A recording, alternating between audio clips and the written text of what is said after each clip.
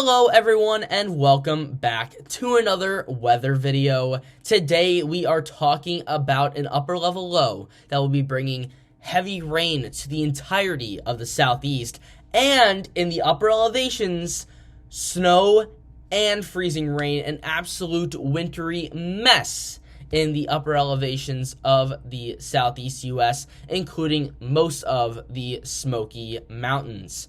So we're starting off here with the HREF, which is the ensemble model that the National Weather Service likes to use. So on here, this is our dominant precipitation type. So if you see green, that is rain, blue, that is snow, red, that is freezing rain, and the darker the color, the heavier the precipitation. So we're starting off here. Let's go and start right around 7 p.m. Saturday, and you can start to see some of those blues here. Now this blue line, that is the 32-degree line. So these are the areas where you could be seeing snow or freezing rain depending on where you are. So we have this upper level low, and we have this pretty steady rainfall across Georgia, South Carolina, Alabama, and Mississippi. Now, throughout the day on Sunday, we see this upper level low continuing to move to the north. Now, keep in mind, we also have heavy rain here. Right off the coast of South Carolina here, these dark greens, that is 1/4 of an inch of rain an hour. So very heavy rainfall in those spots. But now we are heading up towards midnight. This is Sunday morning, and you can see freezing rain starting to take over here in the Smoky Mountains of North Carolina. And throughout the day, right, we start to see this spread into Virginia. Virginia is going to be the place where most of this freezing rain occurs. So now we are at 5 a.m. Eastern time. You can see heavy freezing rain spreading throughout Southwest Virginia, portions of West Virginia, and heavy rain moving up the coastline of North Carolina. This upper level low is located right around that Alabama-Georgia border there, and that is going to continue to move to the northeast. So this is just the tip of the iceberg for that icing event in Virginia. So now we are right around 10 a.m., and you can see on the back end of this upper level low, we have the cold air in place, at least aloft, to produce some snowfall here in the southern Smoky Mountains, including portions of Georgia, North Carolina, and Tennessee. But that leading edge is still mostly freezing rain with maybe a little bit of mixed precipitation in there too, maybe some sleet, but mostly freezing rain in Virginia and West Virginia. So now we move to 3 p.m. Eastern time, and you can see moderate to heavy snow across most of North Carolina, the upper elevations, and Western Virginia in those upper elevations as well. The icing risk has pretty much died down to this point, and we maybe have a little bit of those areas in the mid elevations with some sleet, but most of the region is either rain if you're at a low elevation or snow in the upper elevations.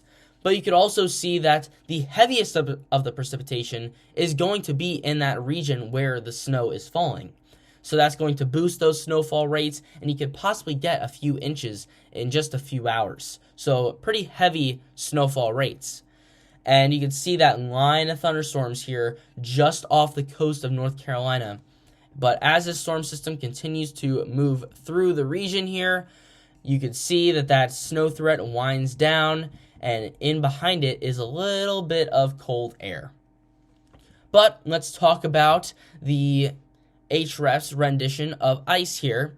You can see right here the ice totals for this storm, and right here in Virginia you can see those areas where the HREF is showing over 1/2 inch of ice here in those blue colors, and maybe even up towards an inch in those medium blue colors there. But in general, you can see across Tennessee, North Carolina, Virginia, West Virginia, Kentucky, those greens, that is a glaze of ice to 1/2 inch of ice. And again, the darker the green, the closer to 1/2 inch of ice. So let's move on here to our snowfall. And you can see that most of the snowfall is a little bit further south than the ice. And that is because of that upper level cooling that is going to go on with this upper level low. And you can see that the real winners here are right along the Tennessee-North Carolina border, with some areas seeing a consistent 6 to 8 inches of snowfall in those greens. There's a few other spots, but in general, right along the Tennessee-North Carolina border. But in those blues, that is 1 to 6 inches. The darker the blue, the heavier the snowfall. So let's move on here, finally, to our total precipitation. Doesn't matter if it's rain, snow, sleet, freezing rain. So here is our total precipitation. So let's take a look here at just all these colors. So if you are in those greens, you are between a 1/100th of an inch of rain and a 1/2 an inch of rain. And of course, the darker the green, the closer to a 1/2 an inch you are. Now we have a lot of these blues in here, and that is a 1/2 an inch to 1.5 inches of rainfall. And you can see that cities such as Atlanta, Charlotte, Wilmington, up towards Newport, Richmond, even up towards DC is in this range. And again, now the brighter the blue, the closer you are to 1.5 inches. Before we get to the purples, purple is 1.5 inches of rainfall to 2.5 inches of rainfall, and the darker the purple, the heavier the rainfall, and the closer to 2.5 inches of rain you will be. So that includes areas of South Carolina. I don't know if it's right on the border with Columbia, but pretty close. Same thing with Greenville, and up into the upper elevations of North Carolina and Virginia. So you can see the areas that are getting that wintry mess are also getting some enhanced precipitation, and that's going to lead to either more snow, more freezing rain, or more of both. And of course, with that line of thunderstorms, you get above 2.5 inches of rainfall off the coast of North and South Carolina as this storm system continues to move off to the north and east. But that is all the information that I have for today. If you enjoyed this video, consider leaving a like, subscribing, and hitting the bell. Also, follow me on Twitter for all the random weather thoughts that pop up in my head throughout the day.